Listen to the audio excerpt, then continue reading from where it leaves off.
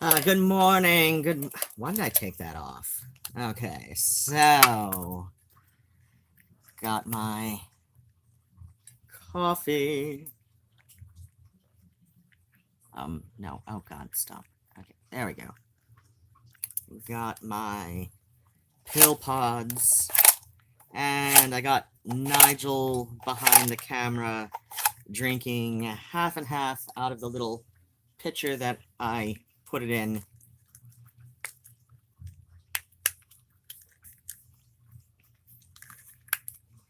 Because that is part of my morning routine.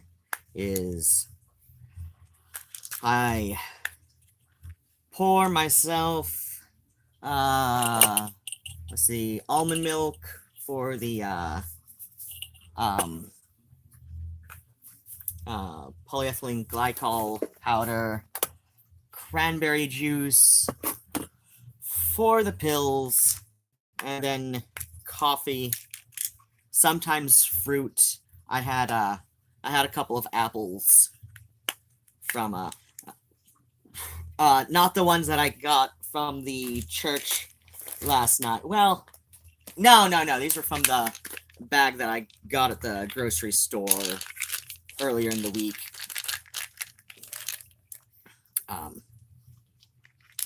So yeah, I looked up the best ways for storing beets, and it's pretty much the best way for storing potatoes as well, which makes sense because they're both root vegetables.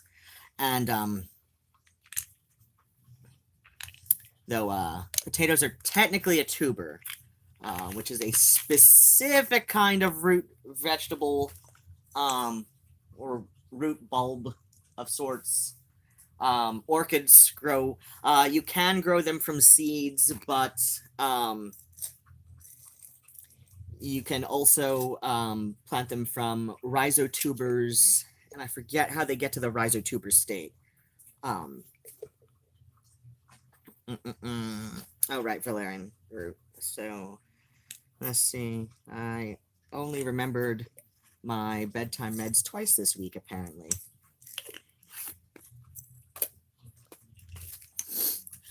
And I'm moving the St. John's wort to once a day to try and help with dry mouth.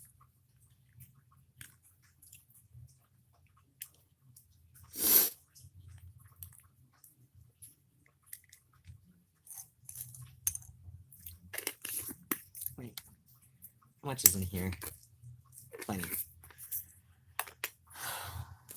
And omeprazole. That's right, I've moved these to afternoons.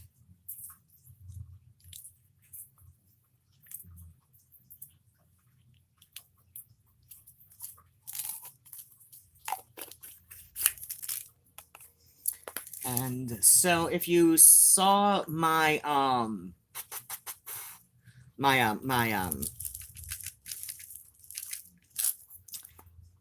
I guess it's now monthly. Oh, I need to tag that.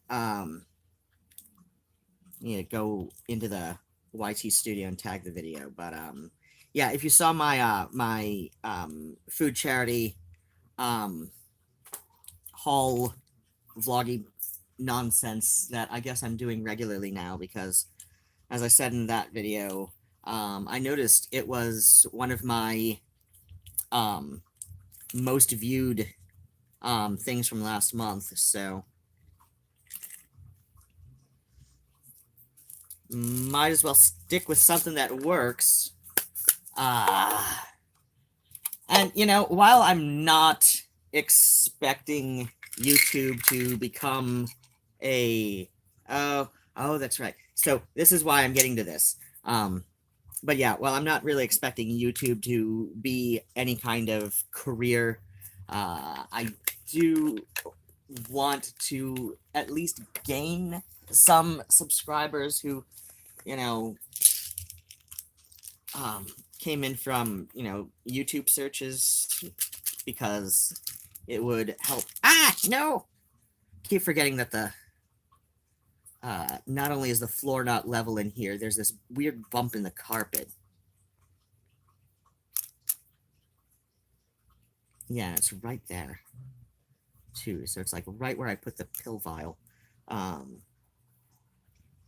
that's right. Dr.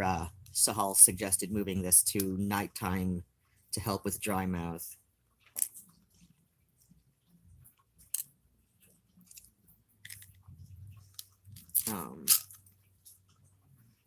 Of course, would that necessarily help? Because it...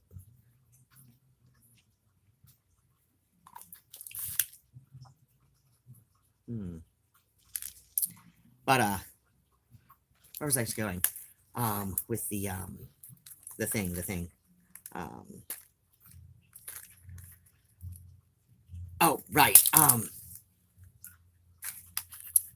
Wait, I started saying something about the pills, and, oh, right. So I did not go out to take in the bottle returns from Whole Foods, last night after I put the groceries away, because, before I could finish putting, well, first I played Freezer Tetris to get the blueberries in there before they thawed completely and would have turned to mush when I got them back out if I refroze them. So I put the blueberries in the freezer, played a little Freezer Tetris. I'm really proud of my abilities to do that. Like, one of my exes that I lived with, he even this would not be the most recent ex. This would be one of the good exes. Oh god, the most recent ex is starting to make YouTube videos, and I guess I never unsubscribed from him. I'm morbidly curious, but at the same time, I don't. You know, he titled it something like being compared to plants, and I'm like, do I want to see this? And I thought for maybe a minute, and I thought, if I do change my mind and want to see this, I definitely don't want to see this now, because yeah, this was last night after I finished putting groceries away, and I was not in the mood for any kind of bullshit he had to say in any sort of sense. But then what was I saying? What was I saying? Oh, right. So I finished putting the groceries away after, everything. And then it was just before 9 p.m. So that's how long it took me to clean out the fridge and finish putting shit away. And I'm going to save that for a bit. And then what happened was I realized I needed to pick up some medications that had been called in. And so basically at that time, Walgreens, at least the pharmacy end of Walgreens, was going to be closed in 5-10 minutes, whenever it was, because it was just before 9. But it was definitely long enough or late enough that any bus I would have taken, even if I was able to drive, I could not have gotten there with enough time to pick up my meds. So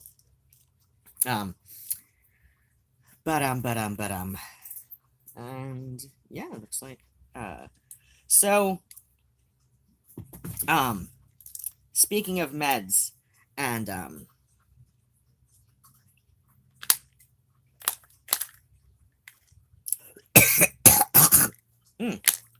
excuse me, that's a delightful sound.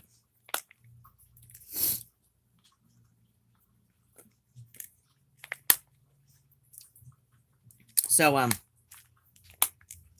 I'd mentioned just a second ago that, do I have refills on this? I do have a refill on this. Is it refilled? I don't know. So let's put that there, and that one's already over there. So this is this, and this does sound full too, doesn't it? So this is the 20 milligram of the Adderall, and this is 25 milligrams. And the fact that I'm so easily distractible now. Now, I got this refilled, let's see, Dr. Sahal wrote the script for me on Monday. I believe, no, I did go in Monday. Yeah. And picked it up same day. But I'd refilled the pill pods just like a day or two. Yeah, let's see. Today is Friday, so I would have refilled them previously on Saturday. So yeah, I'd only refilled them a couple days before, and I'd already taken this for that morning, and I did not feel like messing with the pods like I do, like because you see how involved this is just to fill them up, um, and it would have been, you know, not exactly that much involved, but pretty damn close to, take out a pill and replace it. So I just decided to finish out that week and go to this. And Dr. Sahal, now I've, as I've mentioned before, there is history with addiction, specifically substance abuse, though my father's eldest um, child, which would be his daughter Ruby, she what? She's also had issues with gambling, and I believe my younger sister has as well, or at least had, because she died about, oh god, about a year and a half ago, right? Yeah, a year and a half ago, July 2017. So even though I have personally never had issues with substance abuse, I'm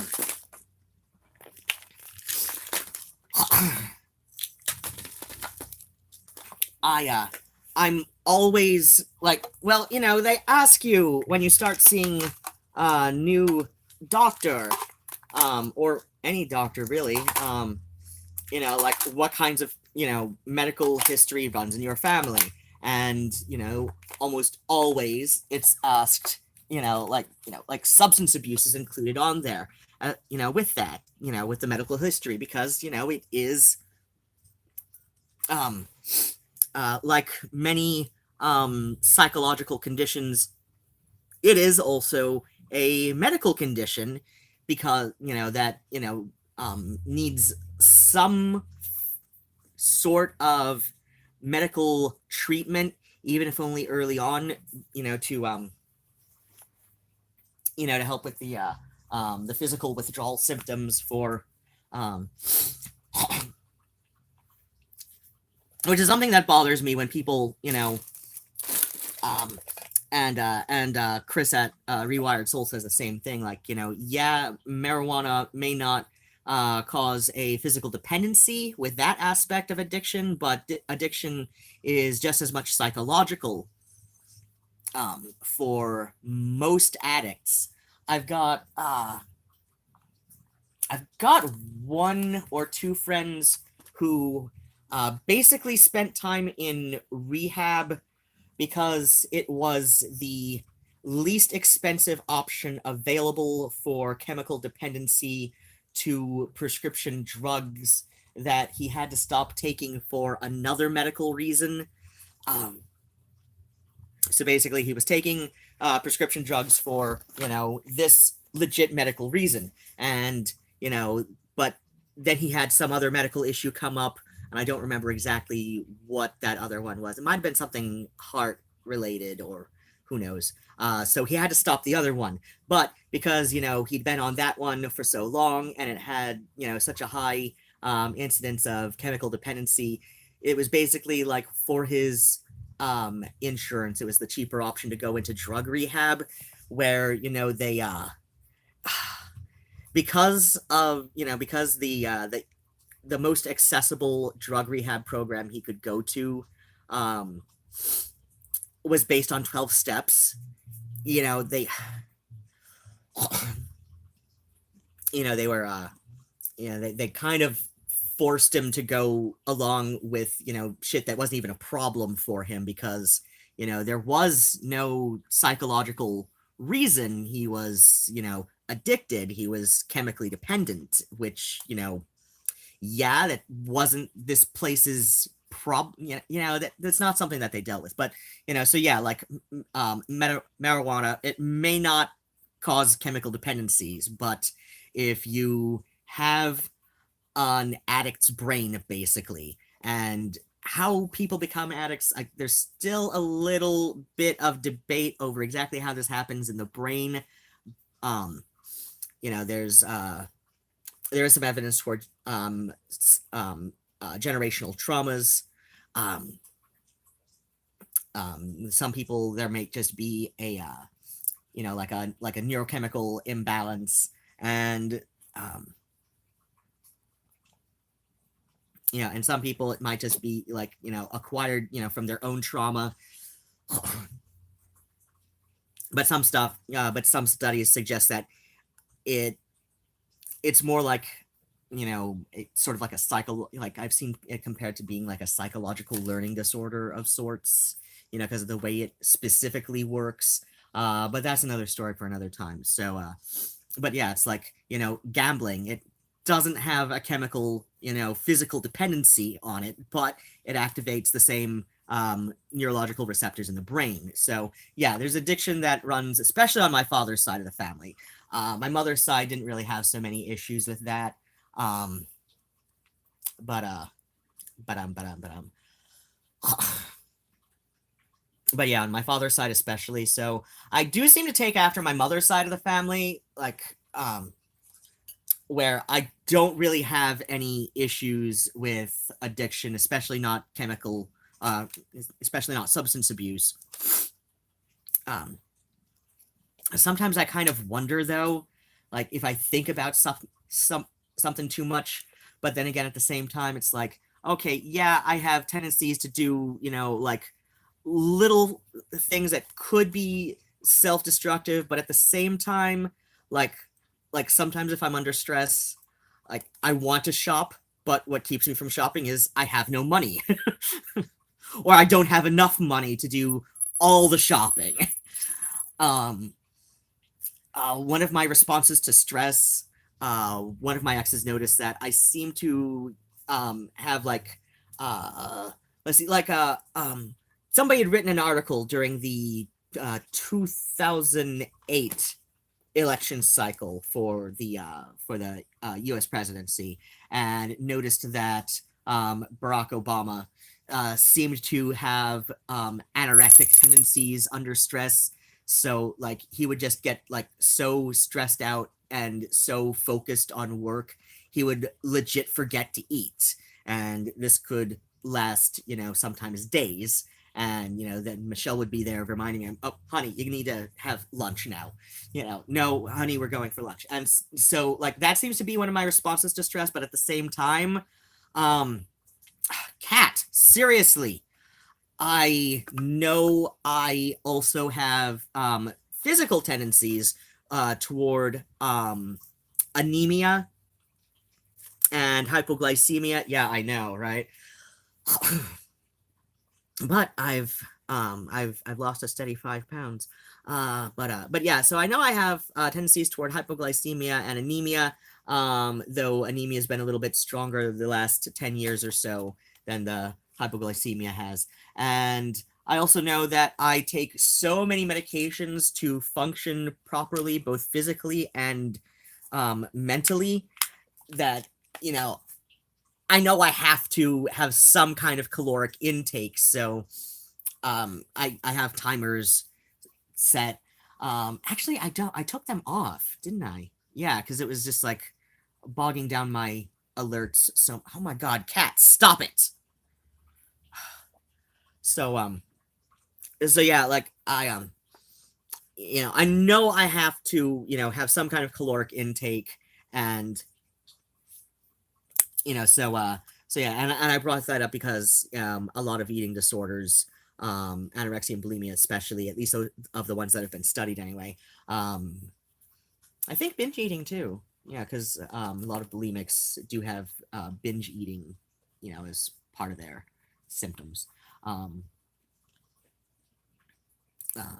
Bulimia can run a range of behaviors, and anorexia isn't necessarily not eating, but severely limited caloric intake, though a lot of anorexics can indeed go for days at a time between meals. But that's another story for another time. But yeah, like eating disorders activate the same centers of the brain that are activated in substance abuse and other addictive behaviors.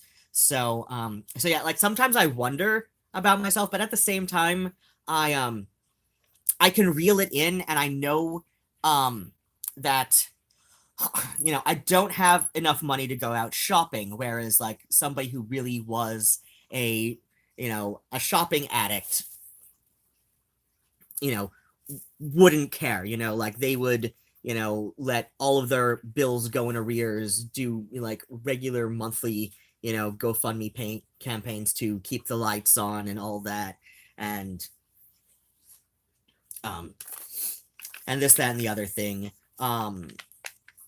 Somebody who, has, an active eating disorder, would just, take their pills and get through with the barest minimum, they need to, take the pills and not have like an immediate, side effect of like, upset stomach or something. Yeah, I'm trying to drop a lot of weight. My doctor's been riding my ass about this last some years.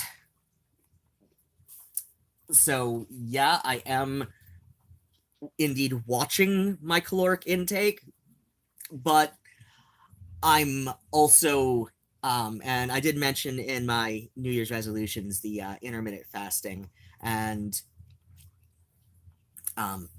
it seems like most people have, success. And like I said, sometimes it's from the ADHD. I will legit forget to eat. I remember to drink a lot of water because some meds or another are giving me horrible dry mouth. So that is a thing that happens.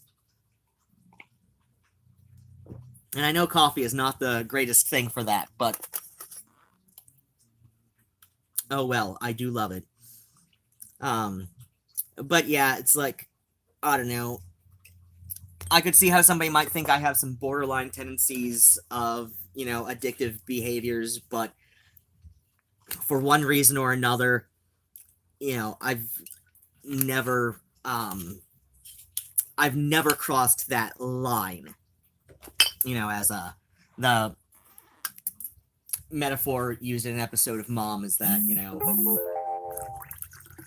though this was used by Christie's Gambling Anonymous, or Gamblers Anonymous meeting, her sponsor there was, there are two kinds of addicts, pickle and a cucumber. A cucumber can do it every once in a while and be fine, but, a pickle, is compelled to do it every time they can, somehow rationalize it to themselves.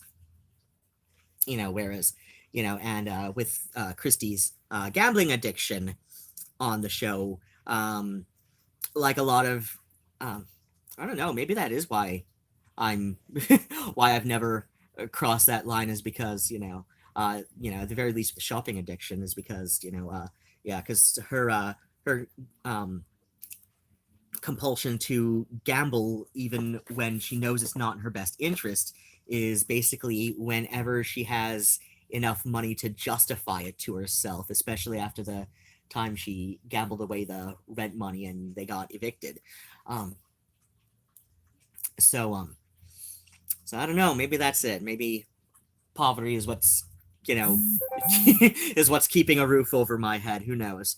But and then he continues that, a cucumber, will be, can become a pickle, but a pickle can never go back to being a cucumber. And so yeah, like, I don't know.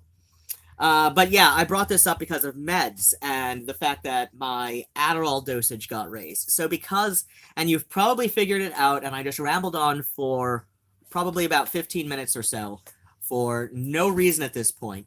But then what happened is, so like I said, addiction, especially with substance abuse, runs on my father's side of the family, at least back to my paternal grandfather.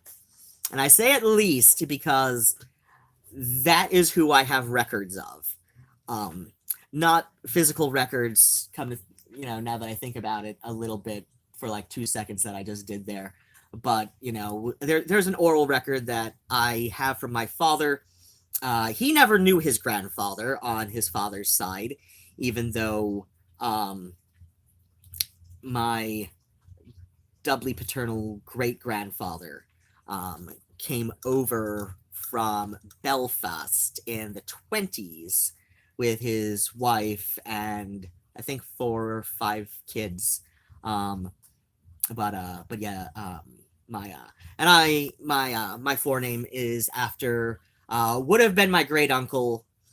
Um, so my grandfather, Sheridan's younger brother, but that Rowan McElroy died in childhood from scarlet fever. I want to say 1925, maybe 26, when death from scarlet fever was a lot more common then.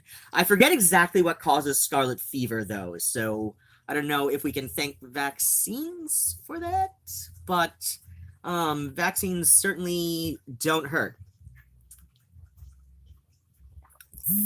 But but yeah, so I don't know exactly why my father never knew his paternal grandfather, but um but yeah, I don't know exactly why. I suspect he might have drank himself to death before my father was born, or at least before my father reached an age where he would retain memories. So because I do believe he said his aunt or his sister, my aunt Loretta, who died when I was about 2 months old, but that was from cancer. Um, and then what happened? So, um, yeah, I do believe he said Loretta knew him, and possibly his sister Judy, but that's me getting sidetracked. So then what happened is so yeah, let's see, my grandfather, so my paternal grandfather, he died from acute cirrhosis of the liver, which pretty much the easiest way. I think there might be a couple other ways, but the most common way people get that is from being a lifetime alcoholic who never stops. My father had been in and out of AA since he was, I want to say, 15, 14 maybe, which implies he had issues with alcohol abuse since he was at least 13.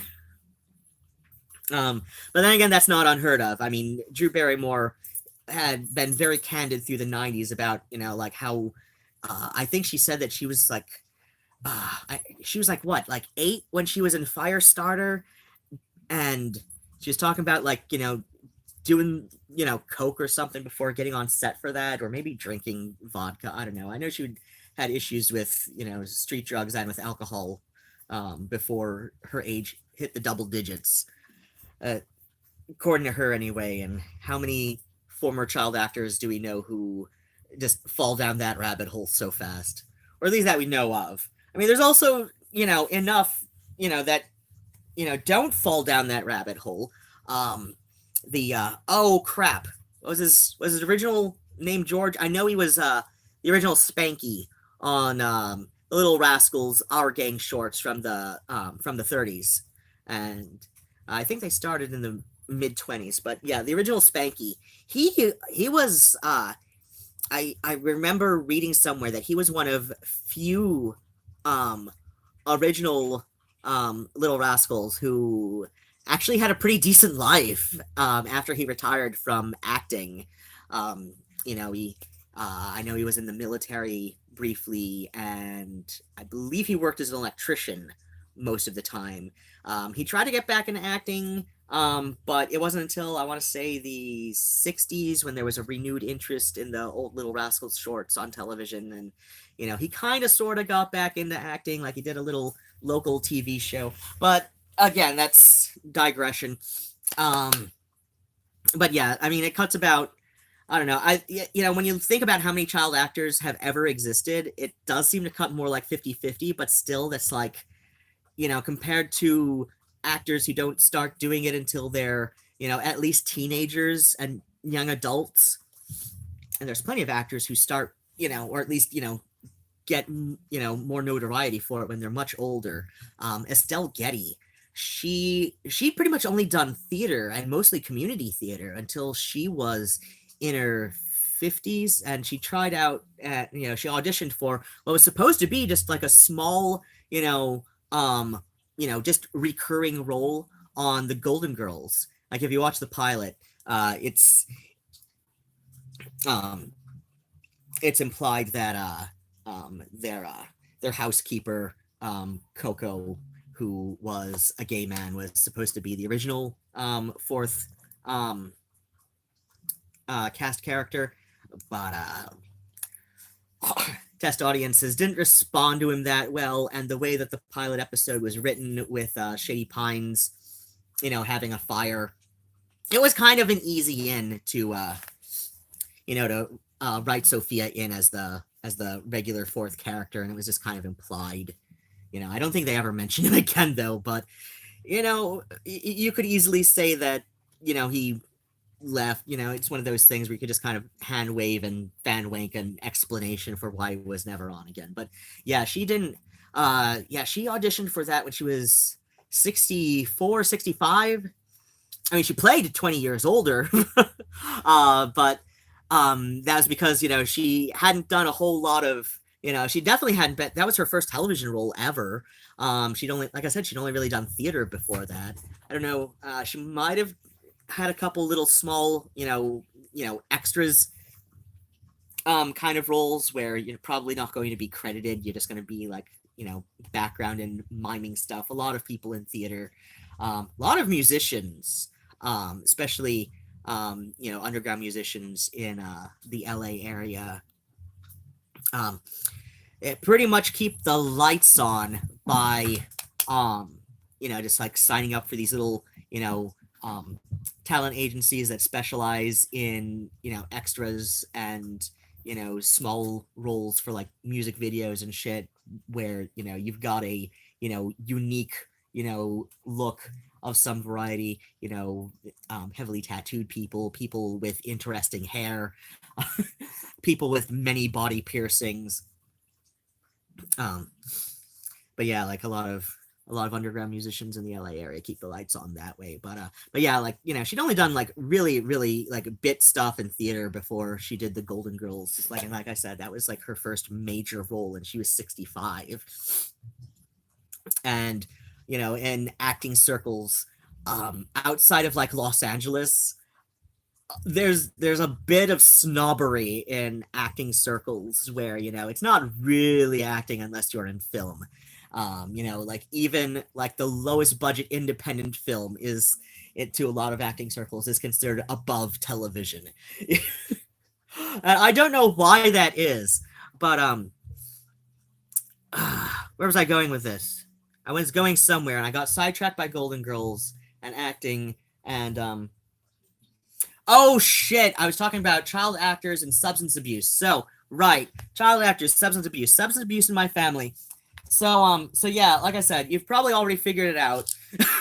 And I wonder why, actually, like, Dr. Shahal was the one who brought up increasing my dose. And that's the thing, is like, because of the substance abuse that runs in my family, this is one of those, like, side effects that nobody really talks about of, like, how substance abuse affects your families. Like, everybody talks about how substance abuse affects families when the addict is an active part of their family's life and is a drain on them in a very direct financial, physical, emotional sort of way. Like, if they get drunk and physically abusive, obviously we talk about that. We see that there is relatively little shame in talking about how, addicts affect their families in that way, especially for, the family members who are a victim of, this behavior from addicts. When when you're alcohol addicted, brother is stealing money from you to go down to the liquor store at the corner every other day. Obviously this is something that people have little to no sense of shame talking about. But something that I don't see a whole lot of people talking about is how those of us who have this family history with with people who are who have addictive behaviors, especially substance abuse, especially drug and alcohol addiction. I think because she mostly lived with her mother. She would spend alternating holidays and birthdays with my dad and, well, the rest of us, obviously. But she mostly lived with her mother as my eldest half sister Ruby, so my father's eldest. So yeah, like I said, she was I think she had issues with prescription drugs. My younger sister, Molly, she died from a heroin overdose. She also she was also addicted to crack. I don't remember if her former sponsor, who quit being her sponsor a good 6 months or so before she died, because oh god, no, more like 10 months if I'm remembering Christina's conversation properly. But that's another story for another time. So then what happened? I don't remember if Christina mentioned that alcohol was part of Molly's problem, but like I said before in other videos, I grew, well, like I said just now, my father had been in and out of AA since he was 14. Oh, that's how I got sidetracked with the Little Rascals and then the Golden Girls. Okay. So yeah, my father had been in and out of AA since he was about 14. He met his first wife that way at a teen AA meeting.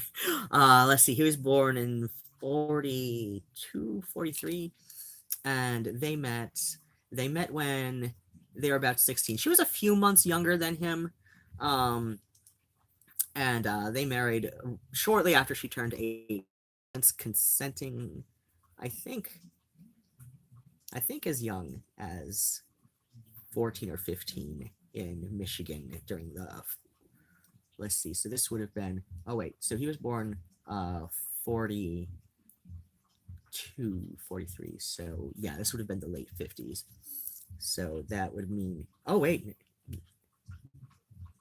yeah, late 50s. I don't know why I suddenly put a decade on my dad's age for a second there in my head. Yeah, so let's see, they started dating, I want to say, let's see, they met when they were about 16, so that would have been 1959, 58, 59-ish. So yeah, they got married. Yeah, they got married around 61, I want to say. 61. I want to say just after she turned 18. Because her family was Italian and my dad's family was Irish. And and here's the funny thing is the way white on white racism in the early mid 20th century, especially early 20th century in the States, both Italians and Irish, thought they were better than each other. Like the Irish thought they were better than the Italians thought they were better than the Irish. I think Irish Americans had access to whiteness maybe a couple decades before Italians necessarily did, but Italians also, had this legacy of centuries, influencing Western culture, so and the Irish have definitely had their impact on Western culture, but it's not as prominent as Italian influence due to not because Joette fell back into addiction, but because she was hit by a delivery truck. I believe he said a Swan ice cream truck, was what my dad always pointed out. And he would clearly get, like, even to the day he, even to the day he died, would clearly get angry every time he saw a Swan delivery truck going anywhere. Yeah. So, but yeah, so yeah, she was hit by.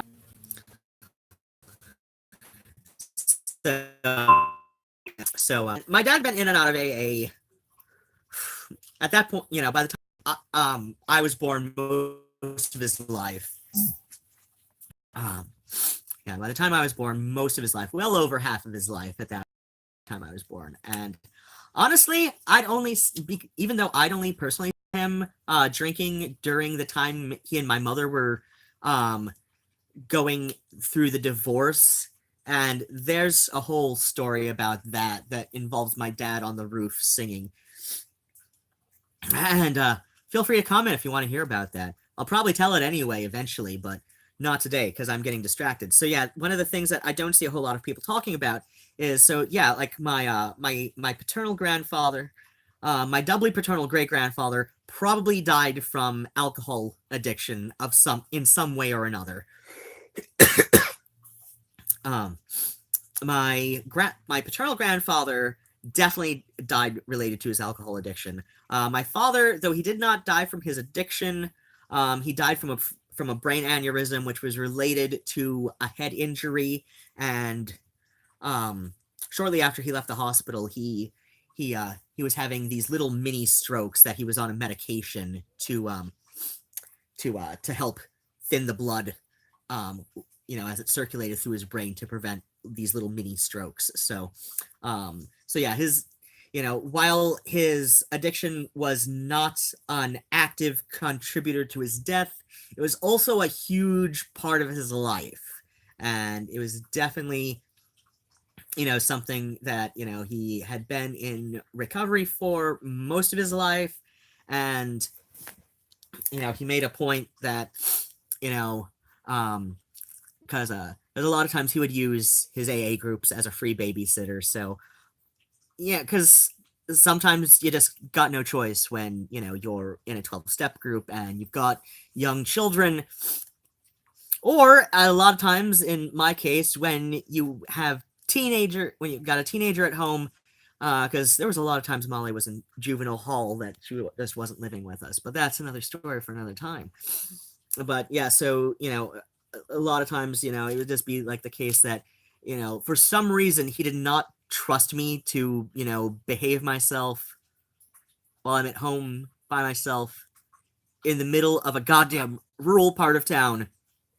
Like, deep rural. Like, it was a good 4, maybe 5, not quite 5, but a good 3-4 miles.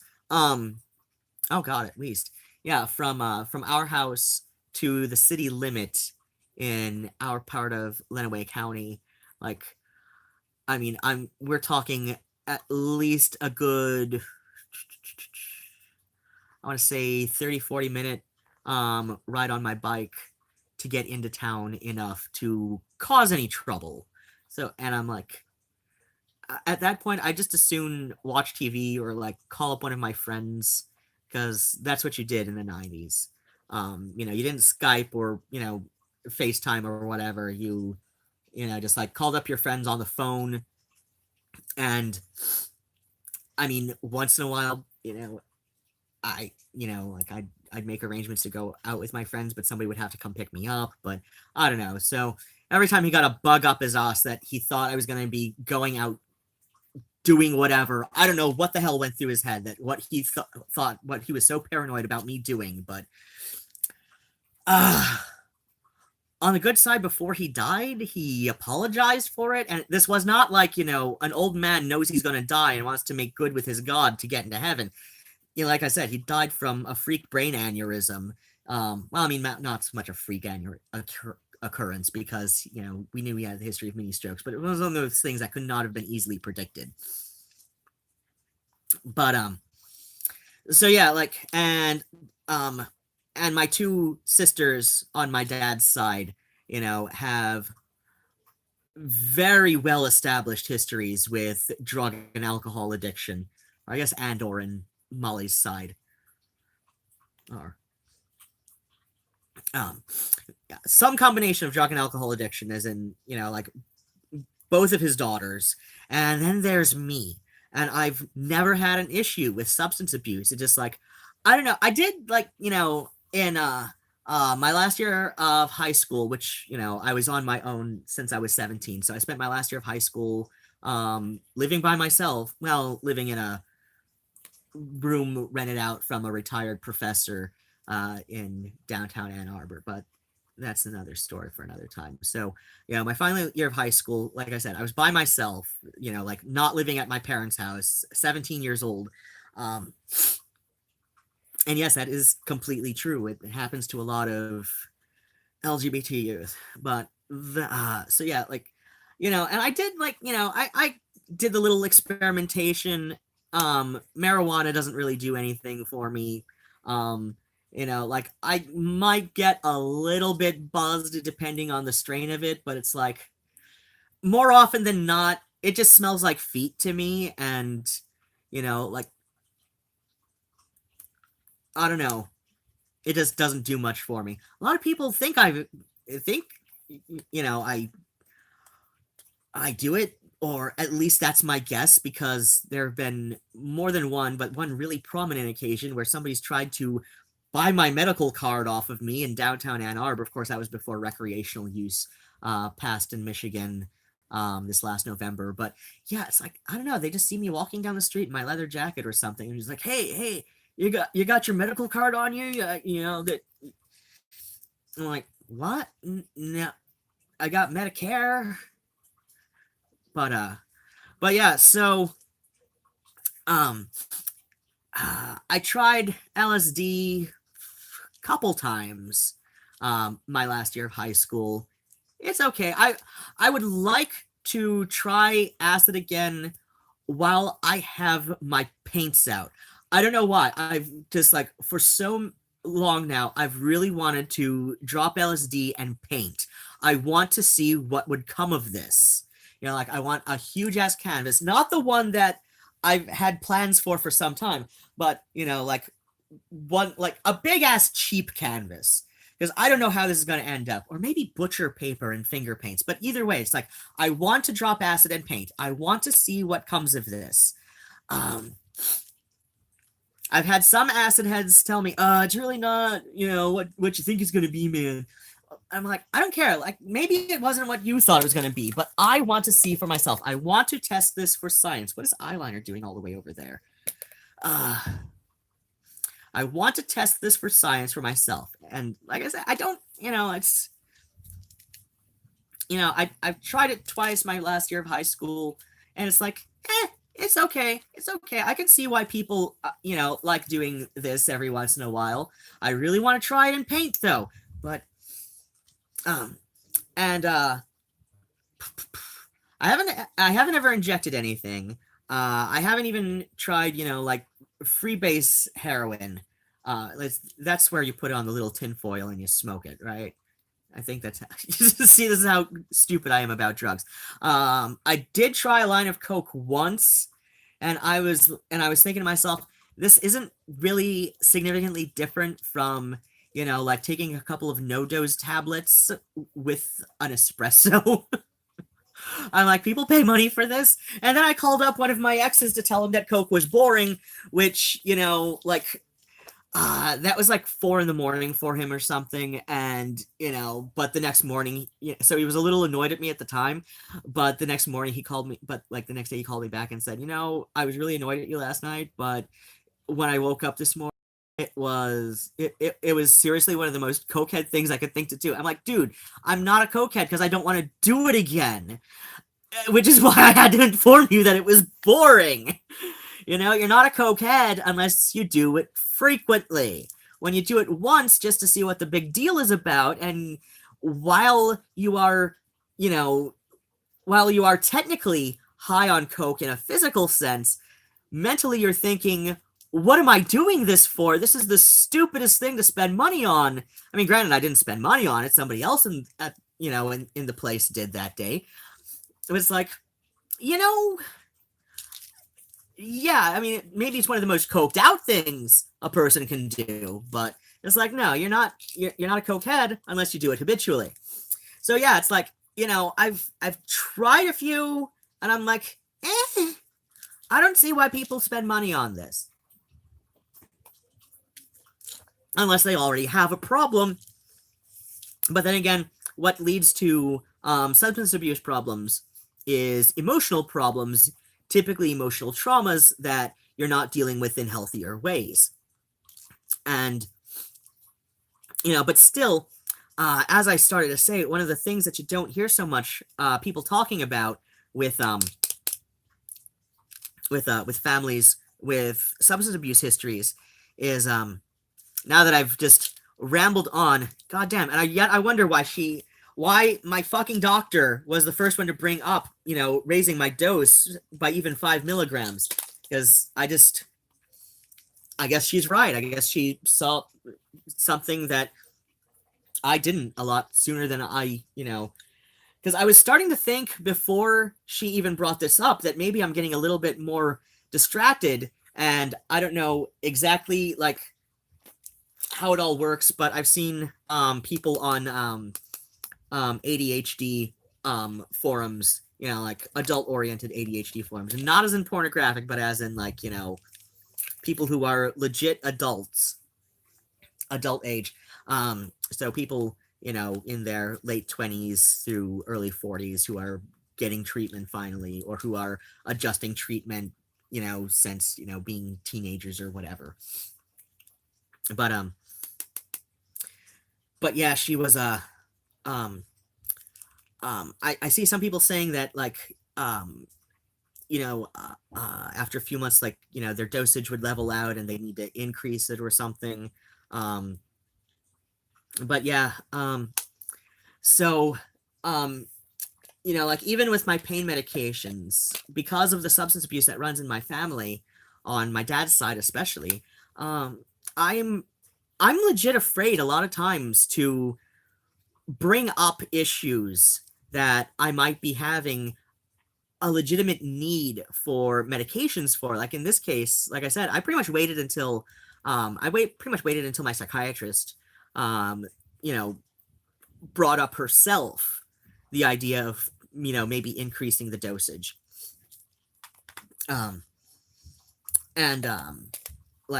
it comes to pain medications, there's only been one time that I, specifically pestered my physician, my primary physician, for something specific.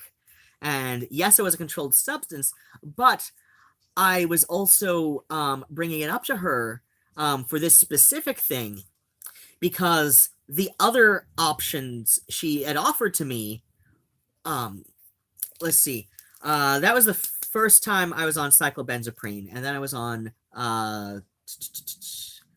this is the generic carisoprodol. I know the brand name is Soma. Yeah, that's carisoprodol. So I brought up the carisoprodol, and I was on that for about a year and a half before she really wanted to take me back off of it. So this had kind of leveled out. Like, it wasn't being effective for me for a good while. It is feeling effective again after being off it for about a year and a half, maybe 2 years. But yeah, like, the only reason I was specifically pestering Dr. Rockwell to switch to carisoprodol instead of the cyclobenzaprine is because there was this third thing, and I forget the name of it. But long story short, it was not covered under my my medication plan, and this was even before all the happy horse shit happened with Medicaid. So like, this was never going to be covered, and I was like, it's this is not covered under my medication plan with Medicare and Medicaid, and it cannot be effective if I cannot afford to get a prescription for it filled. So Walgreens told me there's the carisoprodol, and that will be covered, and it is a muscle relaxer of similar effectiveness. And, that is literally the only time I pestered my doctor for something specific. And even then, well, first off, she doesn't normally prescribe that. She doesn't like to because it has a very high rate of chemical dependency. Even with people who don't have a history of psychological addiction running on either side of their family. So, yeah, I understood her grievances. I understood her apprehensions about prescribing it, but yeah, like I said, that was literally the only time I was, asking for something specific, was because it, my other options were not good. This at that time, so about 2 years ago, it was not being effective anymore because I'd been on it for about 5 years at that point. And the other one she tried prescribing me, it was not covered. And I did not have $80 to pay out of pocket for it. I barely had $5 to get lunch at Qdoba that day, which is right outside the Walgreens. I barely had 2 nickels to rub together for luck. So yeah, I don't see a lot of people talking about how, when addiction runs in your family, even if you've not personally had any history with addiction or even issues with chemical dependency on your medications, it does. And I know I'm not the only person who has this experience, but I legitimately feel afraid sometimes to ask for prescriptions that I might need. Like I said, it was about 2 weeks. I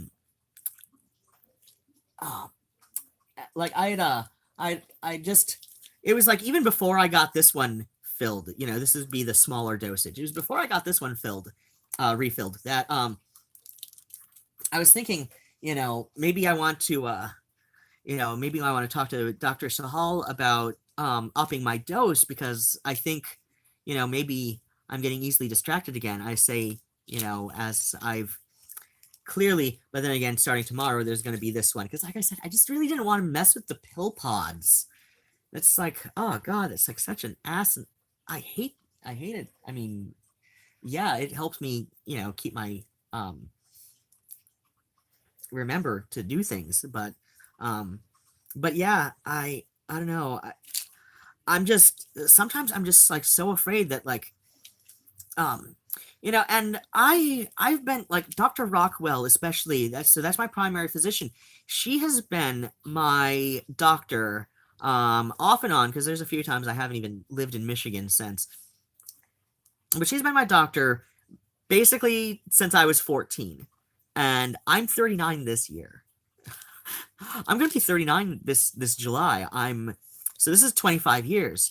That is, I mean, I might have a couple of friends, who are older than me, who may have had at least one of their doctors for longer than that, just in terms of numbers. But most of my friends who do have a primary physician that they've been seeing regularly for a number of years, part of it is, age of my friends. Part of it is just I swear part of it is related to just the nature of U.S. healthcare services and coverage. So part of it is they're about my age or younger. Part of it is they've just not had access to steady health coverage for most of their adult lives until fairly recently.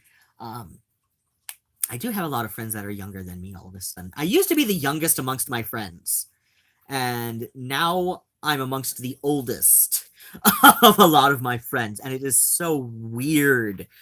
But yeah, even considering the friends who are about my age, and some who are, a little bit older than me, though not quite as old as this one couple I'm thinking of, so it's 2 of them.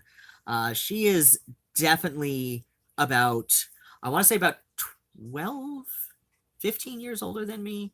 and he's even older than her. I know they had a bit of an age gap, but I know he just turned 70. Yeah, these are also like literally the oldest goths I know. Too. Yeah, this would be Ben and Marie. If you're older and you're still watching somehow for some reason, and you're from the Michigan, um, specifically Metro Detroit, um, old school goth scene going back into the 90s, you've probably met them. Um, if you were at Convergence Detroit, even for one of the days, you've probably met them too. They're very sweet people. Like I said, probably the oldest goths I personally know. I know Trevor, the Kilted Goth. He's a little older than Ben, but yeah, close enough, close enough. And the only and like he and I are Facebook friends as well. But I haven't personally hung out with him like I've hung out with Ben. So it's like I know him. We communicate very friendly style online, but it's a different level of personally knowing someone. But yeah, I just it's just so weird that like I said, like people talk about like the more direct ways that families of drug addicts and alcoholics deal with the aftermath. But then there's these little things like, just like knowing that it's on, the family history of your medical record that, you've got drug addicts in your family. And I'm just so scared that like one of these days I'm going to, oh God, when I had that kidney stone in December, oh God, I was like crying at a couple of the nurses who came in to check on me before the ER doc made his way to me, because let's see, I had the kidney stone and it was really painful, like on the 0 to 10 pain scale that they ask you to like point to at the ER and shit. I was like at an 11. At least that's how it felt at the time. So definitely at 10, possibly over. This was awful. This was awful. And they say this is the only level of pain that, somebody born without a womb will feel that is at all comparable to labor pains of those who were born with a womb and choose to use it for baby making. So, but yeah, like, so I get in there and they, I can't remember if they did indeed give me morphine for the pain, just because it was such high pain. But I do remember I ended up napping for about 20-30 minutes, and then when I woke up, I did feel a little better. It was more like, just like very sharp abdominal cramping, but it was like more at like, a 7 or an 8. It wasn't anything I couldn't live with, but it was still, remarkable. But still, it's like I woke up from my nap and I'm just like crying at the nurses, insisting that, because, it's University of Michigan ER, and all of my doctors are with the University of Michigan Health System. So they're going to have my record easily accessible, and they're going to see that addicts run in my family.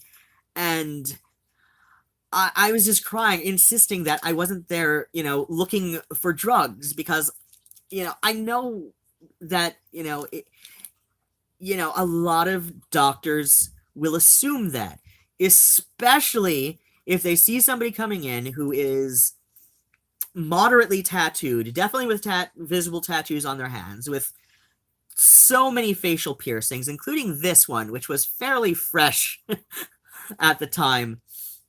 So yeah, it's like fair number of facial piercings, clearly visible tattoos, a big ass leather jacket, that's been painted, and various crap and stuff, and patches on my denim jacket underneath the leather, and patches on my backpack, and pins on my backpack, and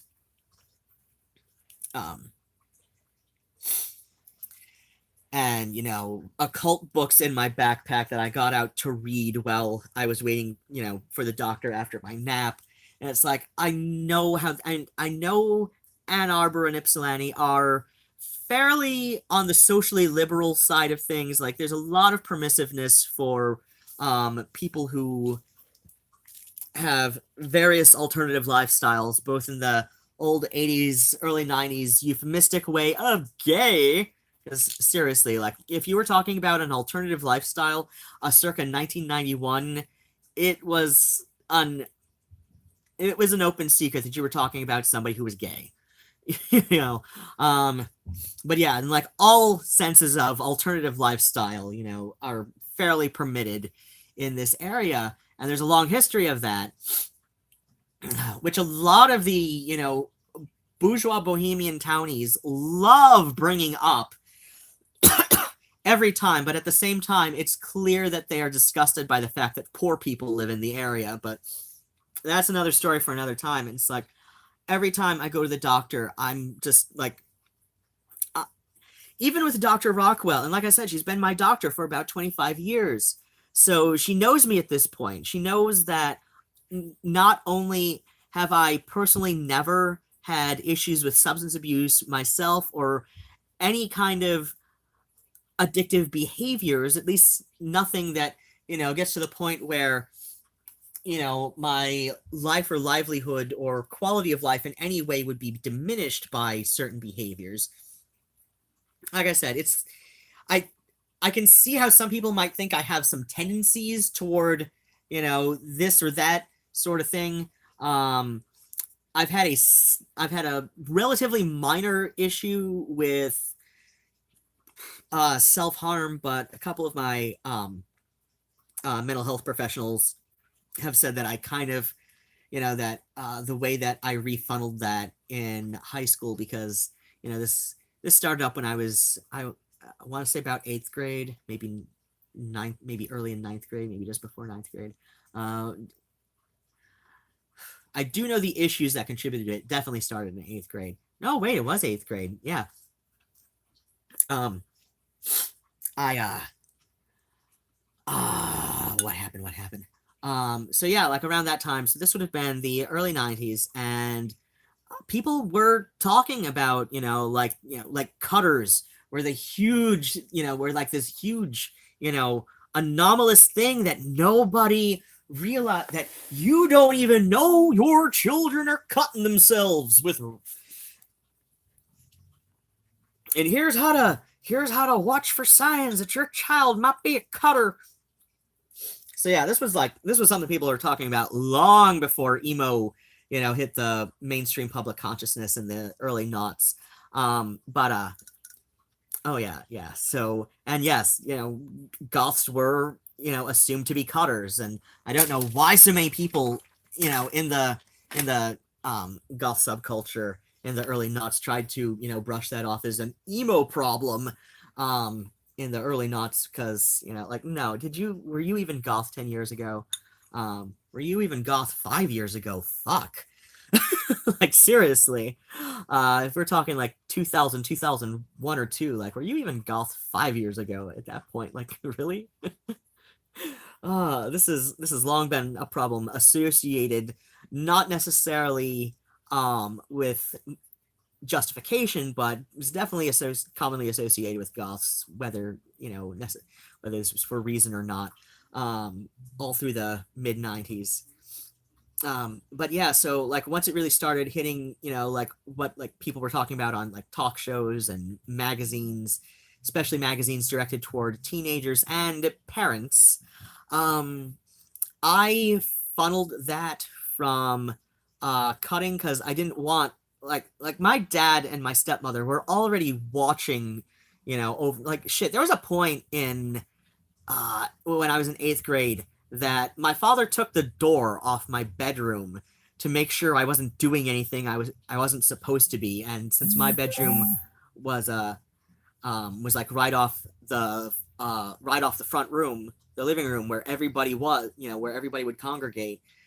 And it's not even like he had to do that, because the way that my bedroom was, there was this big ass um glass picture window because my room was originally designed to be a porch, but then they just like put up real walls on one end and um or wait, no.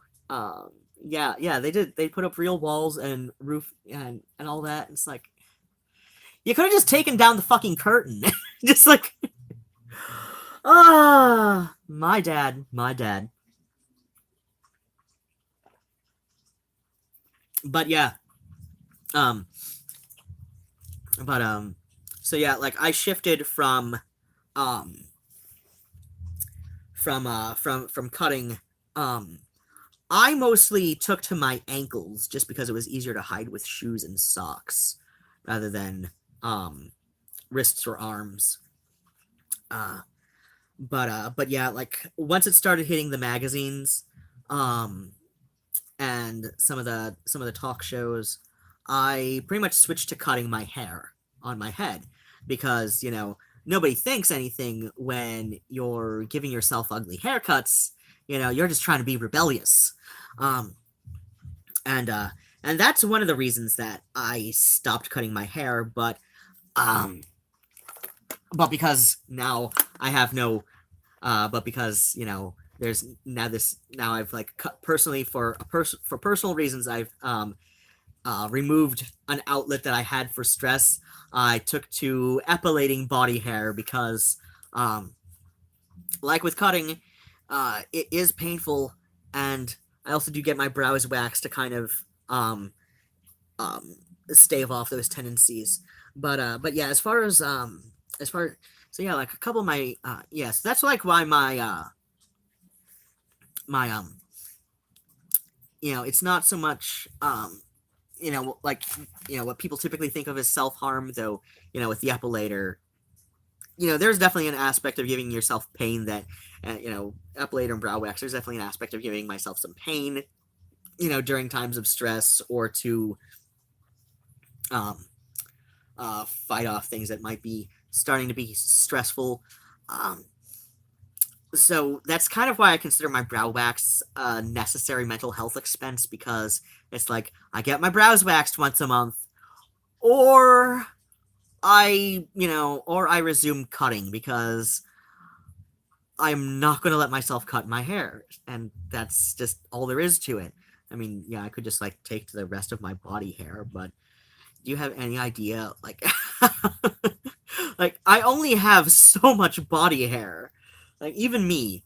And yes, I'm looking at all of this here. So, but yeah, it's like I know I know I've personally never had, you know, a personal history with addiction or anything, but I'm so afraid. Like every time I go to the doctor, even just for like a routine exam, that like maybe this is finally the day that uh, Dr. Rockwell doesn't want to refill my prescriptions, even though I'm not on even any pseudo opioids or synthetic opioids. I was on tramadol for a while, but I hated it, and I even brought up before Dr. Rockwell gave me the so this is like the 600 milligram ibuprofen, like the fucking horse tablet ibuprofen. I was a little bit yeah, I was a little bit apprehensive. That's the word I was looking for, about getting a prescription for this because it's an NSAID, and I cannot take naproxen.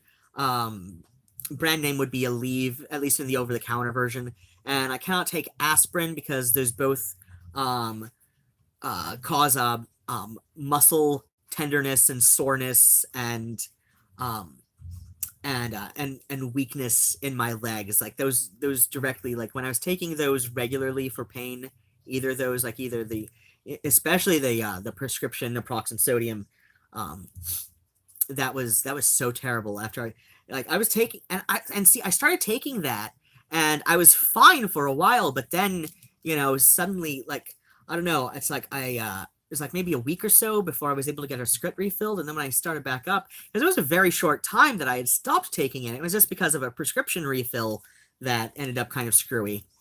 So yeah, I once I started taking that back up again, it was like maybe it was maybe a few weeks, and then like suddenly like my legs were just like jelly, feeling like it was so hard for me to walk. um and I just felt this numbness through my muscles when I would be even the slightest bit active. So I had to go. So I cannot take naproxen or aspirin, because I was taking aspirin shortly after I stopped taking the naproxen, just to kind of like um, manage pain. But I was like, okay, what is this? Because that was like the only thing that had changed. So ibuprofen is also an NSAID, and I was given a prescription for this with my when I sprained my ankle, December 2017, when I tripped over Isaac on the floor. And but that was only short term, so that was fine. Whereas this now, so this is my second refill of this, and I seem generally fine. But I did bring up to Dr. Rockwell that I did not want to take the tramadol anymore because I hate it. I hate it. I was only able to take half a tablet before, because a whole one would put me to sleep within about, I don't know why I did that. Because a whole one would put me to sleep in about 20-30 minutes. And so, like I said, I was specifically asking to be taken off the synthetic opioids because it's like, no, I can't. It's just like, I hate this. I hate this. It puts me to sleep if I take a whole one. And a half one is barely effective. This is really nice, and I hope I don't get any kind of issues with it like I was getting with the naproxen years ago, because that would be terrible. So I'm hoping it's just something in the specific chemical composition of naproxen and maybe aspirin. I might try aspirin again. Like maybe I was just taking it too close to the naproxen, that it hadn't completely left my system when I assumed that the aspirin was an issue as well. I could also ask for a new allergy test. I don't know. Could I? So yeah, I think I'm gonna wrap up. I've just been going on about various drugs and all that, yeah, like prescription drugs, of course. But yeah, it's like I don't see a whole lot of people talking about how family members, especially when we've got generational addiction issues in families, even family members who have not personally themselves had issues with substance abuse will just like often be afraid to ask their doctors for needed medications, or dosage adjustments, simply because there's that family history and there's that thought in the back of your head, especially if you've got anxiety issues, possibly related to, growing up with, addicts and recovering addicts, that yeah, it's like I said, it's just one of those little side effects of living with addicts, even addicts in recovery, that I don't see a whole lot of people talking about that. Like you can genuinely be afraid to ask your doctor for prescriptions you genuinely need, because you don't want to be rejected because of family history. Well, like I said, I think I'm wrapped up. I've been going on for well over an hour at this point. A lot of it about complete nonsense, and I would not blame anybody who didn't watch a damn bit of it after I finished filling my pill pods. But yeah, all right, gotta wrap up now. Bats and kisses, and I love you